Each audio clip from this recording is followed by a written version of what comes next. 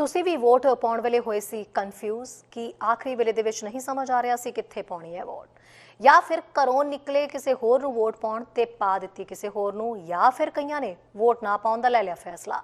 ਇਹਨਾਂ ਸਵਾਲਾਂ ਦੇ ਉੱਤੇ ਸਰਵੇ ਹੋ ਰਹੇ ਨੇ। ਇਪਸੋਸ ਦਾ ਸਰਵੇ ਆਇਆ, ਉਸ ਸਰਵੇ ਦੇ ਵਿੱਚ ਇਹੀ ਸਵਾਲ ਲੋਕਾਂ ਨੂੰ ਪੁੱਛੇ ਗਏ, ਜਿਸ ਦੇ ਵਿੱਚ ਵੱਖ-ਵੱਖ ਲੋਕਾਂ ਨੇ ਆਪਣੀ ਪ੍ਰਤੀਕਿਰਿਆ ਰੱਖੀ ਹੈ ਤੇ ਤਜਰਬੇ ਸਾਂਝੇ ਕਰਦਿਆਂ ਦੱਸਿਆ ਕਿ ਆਖਰੀ ਵਕਤ ਤੇ ਕਿਵੇਂ ਵੋਟ ਤੇ ਕਿਸ ਨੂੰ ਪਾਉਣੀ ਹੈ ਇਹ ਸਮਝ नहीं आ रहा सी, सो उन्होंने तब्दीली कर दी। उस दौरान उन्होंने आले दुआले की कुछ चल रहा सी, सुनदियां सर्वे दे विच लोकी कुछ कहंदे नजर आए। फैडरल चोणां दे कुछ दिनों बाद कुछ वोटर जो वोट पाउंदे ने पर मुहिम दौरान फैसला नहीं कर पा रहे सी किस नूं वोट पाउण ते परेशान सन, अजे भी ये भरोसा करते हैं कि उन्हां दी वोट दे नाल कोई फर्क नहीं पिया। इस महीने नेतावां दी बहस तो ठीक पहलां इपसोस द्वारा जारी की गई पोलिंग ने सुझाव दिता है कि 8 कैनेडियनां दे विचों एक नूं यह फैसला करन दे विच मुश्किल आ रही सी कि वोट किस नूं पाउणी है। एक सर्वे दे द्वारा कुछ वोटरां दा कहना है कि वह खुश हन कि उन्होंने एक चोण कीती है, हालांकि अंतिम नतीजा वो नहीं सी जो उन्होंने उम्मीद की सी। कुछ टोरंटो खेतर के वोटर कहते हैं असी उसे स्थिति में वापस आ गए जिथे असी 36 दिन पहला सी आखिरकार वोट NDP नूं ही पाई। ये असल में स्रोतां दी बर्बादी कुछ भी बदलण लई समय की बर्बादी वर्गा महसूस होया। चोणां ने वेख्या कि 2019 के नतीजों के मुकाबले लिबरलों ने संसद में सिर्फ 2 वाधू सीटां दे नाल एक होर घट गिनती सरकार जिती है।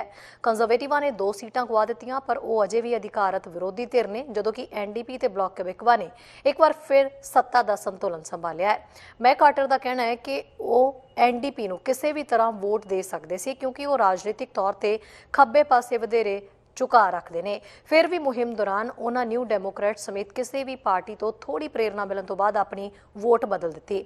उसने वोट खराब करने का सोचा क्योंकि उसने महसूस किया अजिहा करन दे नाल कोई खास मदद नहीं मिलेगी। उन्होंने कहा कि जे मैं ये सुनिश्चित करने लई लिबरलों नूं वोट दी कंजरवेटिव कदे ना आए तो कुछ भी कदे नहीं बदलेगा।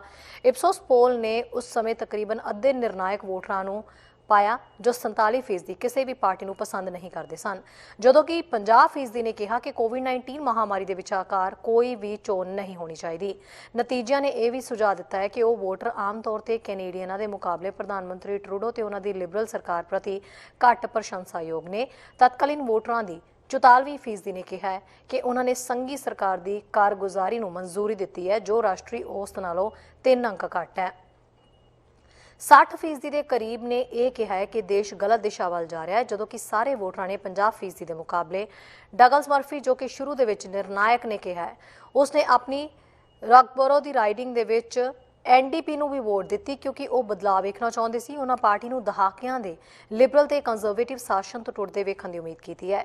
उन्होंने कहा कि सारे पार्टी आगू इक्को जिहे ने, एक बार जदों वो अपनी लोड़ींदियां सीटां हासिल कर लैंदे ने तां वो यकीनी बनाउण लई वो करते हैं जो लोगों को किसी हद तक लाभदायक लगे, पर वो ये भी करते हैं जो उन्होंने लाभ दवे। इसलिए मैनू असल दे विच कोई फर्क दिखाई नहीं दे रहा। डैमर्स ने कहा है कि वो अंतिम नतीजों तो प्रभावित नहीं सन, पर उन्होंने मनना है कि चोणां दे नाल लिबरलों ते कंजरवेटिव्स दे लई लीडरशिप समीक्षा हो सकती है जिसका समर्थन करेंगे। शायद लीडरशिप समीक्षा ओटूलिया ट्रूडो तो छुटकारा पा लवेगी। इसकी कीमत $600 मिलियन होगी। दूजे पासे शायद ट्रूडो इस दे नाल एक बेहतर ते हंबल्ड नेता बन जाएंगे। वीरवार रात तक के मुढ़ले वोट आंकड़ियां तो पता लगता है कि इस साल दीयां चोणां विच कैनेडियन इतिहास दे विच सब तो घट मतदान होया है, जिस विच सिर्फ 62% योग वोटरां ने मतदान किया है। यह 2019 दीयां फैडरल चोणां नालों घट है जिस दे विच 67% मतदान होया। 2015 ते 2011 दीयां चोणां विच क्रमवार 68.3% ते 61.1% मतदान होया है। न्यूज़ डेस्क तो चैनल पंजाबी दी रिपोर्ट। साडा हर एक प्रोग्राम देखण ते साडे नाल जुड़न लई सबसक्राइब करो चैनल पंजाबी ते नोटिफिकेशन लई बेल आइकन वाले बटन ते क्लिक करो।